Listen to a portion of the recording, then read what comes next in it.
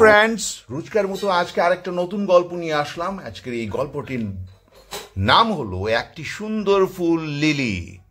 এই বাংলা গল্পকে আমি ইংরেজিতে ট্রান্সলেট করে পড়ব, সাথে এই গল্পের ইংরেজি লাইনে থাকা অ্যাডজেক্টিভ, টেন্স ইত্যাদি নিয়ে আলোচনা করব।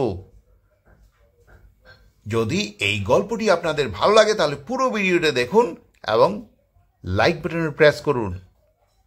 তো চলুন শুরু করা যাক আজকের এই গল্পটি। একটি সুন্দর ফুল ছিল লিলি। একটি সুন্দর ফুল ছিল।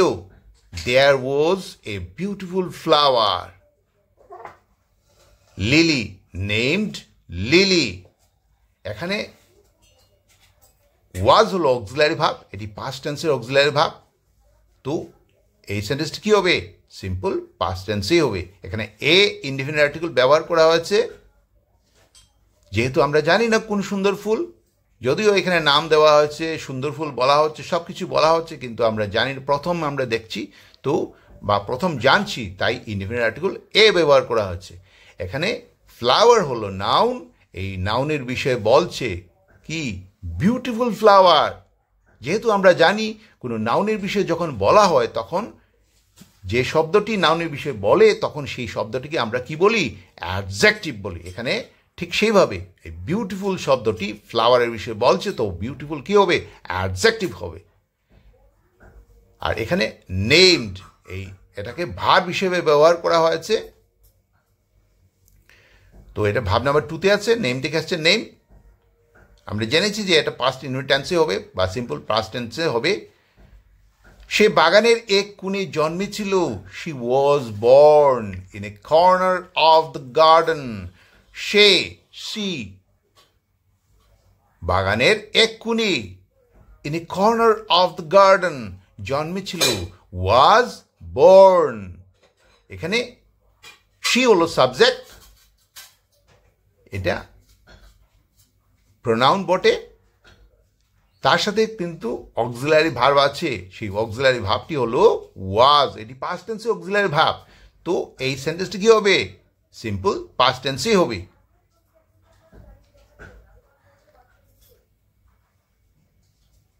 এখানে এ ইনডিফিনিট আর্টিকেল ব্যবহার করা হয়েছে, যেহেতু আমরা জানি না বাগানের কোন কর্নার বা বাগানের কোন কোণ, তো এখানে ইনডিফিনিট আর্টিকেল এ ব্যবহার করা হয়েছে। প্রতিদিন সূর্যের আলো পেয়ে সে হাসি দিত।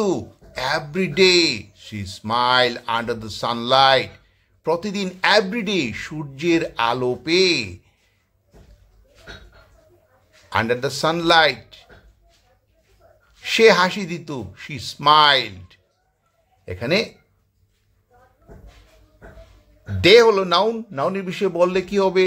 এভরিডে। তো এভরি হবে এই ডের অ্যাডজেক্টিভ।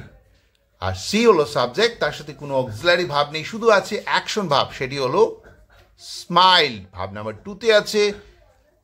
তো স্বাভাবিকভাবে এই সেন্টেন্সটি কি হবে? পাস্ট ইনডিফিনিট টেন্সে হবে।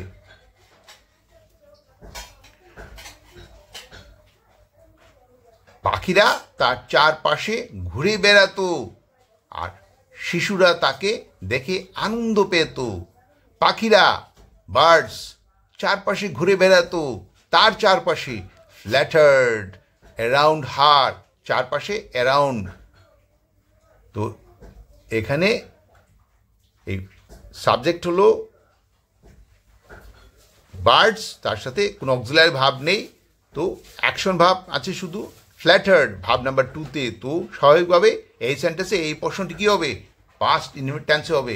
বাকি পোর্শন, অ্যান্ড চিলড্রেন ফেল্ট জয় সিং হার, আর শিশুরা তাকে দেখে আনন্দ পেত। এখানে অ্যান্ড হলো কনজাংশন, দুটো অ্যাকশনকে যুক্ত করেছে। Birds ফ্ল্যাটেড around her our children felt জয় সিং হার, এই দুটো অ্যাকশনকে যুক্ত করেছে অ্যান্ড কনজাংশন। আর শিশুরা তাকে দেখে আনন্দ পেত। এখানেও চিলড্রেন ফেল্ট, চিলড্রেন হলো সাবজেক্ট, তার সাথে কোনো অক্সিলারি ভাব নেই, শুধু আছে অ্যাকশন ভাব, সেটি হলো ফেল্ট। ফিল থেকে আসছে ফেল্ট। ভাব নাম্বার 2 স্বাভাবিকভাবে কি হবে? পাস্ট ইনডিফিনিট টেন্সে হবে। এখানে অ্যাডভার্ব হলো ফ্ল্যাটার্ড। তো ফ্ল্যাটার্ড ঘুরে বেড়াতো, অ্যারাউন্ড হার। এখানে অ্যারাউন্ড হার হলো এই ফ্ল্যাটার্ডের অ্যাডভার্ব। যেহেতু ফ্ল্যাটার্ড হলো এখানে ভার্ব, এই ভার্বের বিষয়ে বলছে কি করতো, চারপাশে ঘুরে যে বেড়াতো। কোথায় ঘুরে বেড়াতো? চারপাশে। তো অ্যারাউন্ড হার হলো তার চারপাশে, সেই অ্যারাউন্ড হারটা হবে কি হবে? অ্যাডভার্ব হবে। একদিন ঝড়ে তার পাতা ভেঙে যায়, কিন্তু সে হাল ছাড়েনি। একদিন ঝড়ে, ওয়ান ডে এ স্টর্ম, পাতা ভেঙে দেয় বা পাতা ভেঙে যায়, ব্রোক হার লিপস, কিন্তু বাট সে হাল ছাড়েনি। She didn't give up. Give up মানে ত্যাগ করা হলো গিভ আপ, আর ডিডন্ট যখন লেগেছে সে ছাড়েনি, হাল ছাড়েনি। এখানে ডে হলো নাউন, এই নাউনের বিষয়ে বলছে কি হবে? ওয়ান হবে এখানে অ্যাডজেক্টিভ। এ হলো ইন্ডিফিনিট আর্টিকেল, যেহেতু আমরা জানি না কোন স্টর্ম, কোন ঝড়। এখানে বাট কনজাংশন আছে, এই দুটো অ্যাকশনকে যুক্ত করেছে। A storm broke her lips আর she did not give up, এই দুটো অ্যাকশনকে যুক্ত করেছে বাট কনজাংশন। আর এখানে ফ্রেজাল ভার্ব হলো গিভ আপ, এর অর্থ হলো ত্যাগ করা। তো এখানে লাইনের অর্থটা হবে ডিড নট গিভ আপ মানে ত্যাগ করেনি বা হাল ছাড়েনি। কিছুদিন পর সে আবার ফুল ফুটায়। কিছুদিন পর, আফটার এ ফিউ ডেজ, সে আবার ফুল ফুটায়। She bloomed again. এখানে ডেজ হলো নাউন, এই ডেজের বিষয়ে বলছে কি বলছে? A few. তো এ ফিউ হবে এই ডেজের অ্যাডজেক্টিভ।